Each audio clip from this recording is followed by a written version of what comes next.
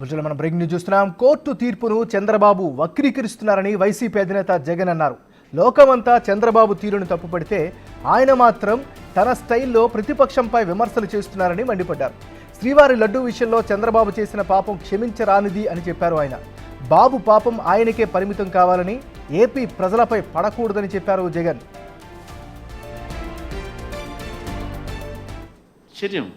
ఆయన తిడతా ఉంటే ఆయన సుప్రీంకోర్టు ఆయన తిడతా ఉంటే ప్రజలు ఆయన తిడతా ఉంటే అందరూ దాన్ని చూస్తూ ఉంటే అందరూ దాన్ని రాస్తూ ఉంటే ఏమాత్రం సిగ్గు ఎగ్గు లేకుండా దాన్ని కూడా వక్రీకరించాలని దాన్ని కూడా ట్విస్ట్ చేస్తూ మీ పాపం పండింది జగన్, తిరుమల లడ్డు కల్తీపై సుప్రీంకోర్టు సీరియస్. వైవి సుబ్బారెడ్డిపై ఆగ్రహం అంట. చంద్రబాబు నాయుడుపై ఆగ్రహం వ్యక్తం చేస్తే వైవి సుబ్బారెడ్డిపై ఆగ్రహం అంట. వైవి సుబ్బారెడ్డిపై ఆగ్రహం వ్యక్తం చేసిన సుప్రీంకోర్టు అంట. ఆశ్చర్యం అంటే ఆశ్చర్యం. నిజంగా వీళ్ళు రాసిన మాటలు చూస్తూ ఉంటే ఇంత దారుణంగా వక్రీకరిస్తూ ఈ మాదిరిగా చంద్రబాబు నాయుడు గారు అనే వ్యక్తి ఈ స్థాయికి దిగజారిపోయిన పరిస్థితులు కనిపిస్తూ ఉన్నాయి. నేను అడుగుతా ఉన్నా, ఇంతగా సుప్రీంకోర్టు ఆక్షేపిస్తే ఇదే పెద్ద మనిషి చంద్రబాబు నాయుడు గారు అనే వ్యక్తికి ఏమాత్రమైనా కూడా దేవుడి మీద భక్తి భయము ఏమాత్రం ఉన్నా కూడా తప్పు చేసినట్టుగా కనిపిస్తూ ఉన్నా కూడా మొట్టమొదటి తాను చేయాల్సింది ప్రజలకు భక్తులకు క్షమాపణ చెప్పడం, తిరుమలలో స్వామివారిని వేడుకోవడం, తప్పు చేశాను స్వామి క్షమించండి అని చెప్పి.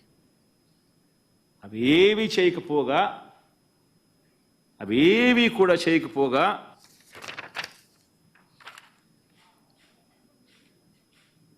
తన టీడీపీ ట్విట్టర్ హ్యాండిల్ నుంచి వాళ్ళు రిలీజ్ చేస్తా ఉన్న అబద్ధాలతో మరో ట్విట్టర్ హ్యాండిల్ నుంచి వాళ్ళు చేసిన మరో ట్వీట్. అన్న కర్మ ఏమిటంటే ఈ మనిషికి దేవుడు అంటే భయము లేదు, భక్తి లేదు. దేవుణ్ణి సైతం రాజకీయాలలో వాడుకునే అన్యాయమైన బుద్ధి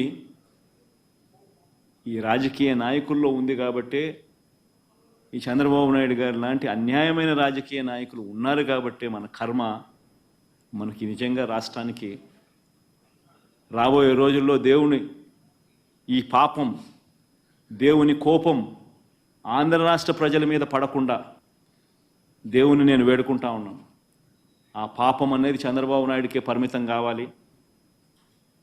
చంద్రబాబు నాయుడు అబద్ధాన్ని మోస్తా ఉన్న చంద్రబాబు నాయుడు గారి కూటమికి మాత్రమే పరిమితం కావాలి అని చెప్పి, చంద్రబాబు నాయుడు గారు అబద్ధాన్ని మోస్తా ఉన్నా, అబద్ధం అని తెలిసినా కూడా మోస్తా ఉన్నా ఆ నాయకులకే పరిమితం కావాలి అని నిజంగా దేవుణ్ణి అందరం ముక్కోవాలి, ముక్కుంటున్నాం కూడా. సాక్షాత్తు నువ్వు ఆ కూటమిలో ఉన్నావు. సాక్షాత్తు చంద్రబాబు నాయుడు నీ కళ్ళ ఎదుటే ఈ తప్పు చేసినాడు. తప్పు అని నీకే కాదు, సామాన్యునికి 6 ఏళ్ల పిల్లోనికి కూడా కనిపిస్తూ ఉంది నీతో సహా. మరి నీ కళ్ళ ఎదుటే కనిపిస్తూ ఉన్నప్పుడు నీ కళ్ళ ఎదుటే వెంకటేశ్వర స్వామి ప్రతిష్టను తగ్గిస్తూ, వెంకటేశ్వర స్వామి లడ్డు విశిష్టతను తగ్గిస్తూ, కావాలని దుర్బుద్ధితో రాజకీయ లబ్ధి పొందేందుకు ఇన్ని కోట్ల మంది వెంకటేశ్వర స్వామి భక్తుల మనసుల్లో ఒక అనుమానం క్రియేట్ చేయడం, దానివల్ల అపవిత్రత తిరుమల తిరుపతి దేవస్థానానికి, తిరుపతి లడ్డు విశిష్టతకు తగ్గిస్తూ జరిగినప్పుడు అందులో నువ్వు కూడా భాగమై, నువ్వు కూడా అది అబద్ధం అని తెలిసి, నువ్వు కూడా ఆ అబద్ధానికి రెక్కలు కట్టి, నువ్వు కూడా అదే దుష్ప్రచారాన్ని చేయడంలో నువ్వే అడుగులు ముందుకు వేస్తూ ఉన్నప్పుడు ఎక్కడ సనాతన ధర్మం గురించి నువ్వు మాట్లాడుతావు?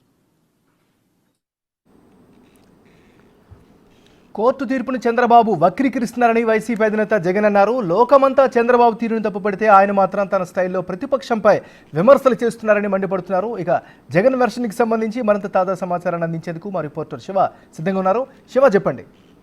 నాగరాజు, మొత్తం మీద చూసుకుంటే సుప్రీంకోర్టు ఏదైతే హైకోర్టు తిరుపతి వెంకన్న లడ్డు విషయానికి సంబంధించి సిబిఐ చీఫ్ నేతృత్వంలో ఇద్దరు, అలాగే ఏపీ ప్రభుత్వం నుంచి ఇద్దరు, అలాగే ఫుడ్ సేఫ్టీ నుంచి ఒకరిని నియమిస్తూ కమిటీ వేసిన పరిస్థితి కనిపిస్తుంది. ఈ నేపథ్యంలో ఈ అంశానికి సంబంధించి మాజీ సీఎం జగన్మోహన్ రెడ్డి మీడియా సమావేశం పెట్టాడు. అయితే సుప్రీంకోర్టు సాక్షాత్తు చంద్రబాబు తీరుని, ప్రభుత్వం తీరుపై ఆగ్రహం వ్యక్తం చేసి వెంకన్నని రాజకీయాల్లోకి లాగద్దని చెప్తున్నప్పటికీ చంద్రబాబు మాత్రం తన స్టైల్లో మాత్రం ప్రతిపక్షాలపై దుమ్మెత్తిపోవడం, తప్పు చేసి కూడా క్షమాపణ కోరకుండా రాజకీయాలు చేయడం సమంజసం కాదు. అసలు తప్పు ఎక్కడ జరిగింది, ఎవరు చేశారో దీనికి బాధ్యత ఎవరు అని చెప్పి సుప్రీంకోర్టు నిగ్గదీసి ప్రశ్నిస్తున్నా కానీ చంద్రబాబు వైపు నుంచి సమాధానం లేకుండా విమర్శల వర్షాన్ని చేయడం సరైన పద్ధతి కాదు.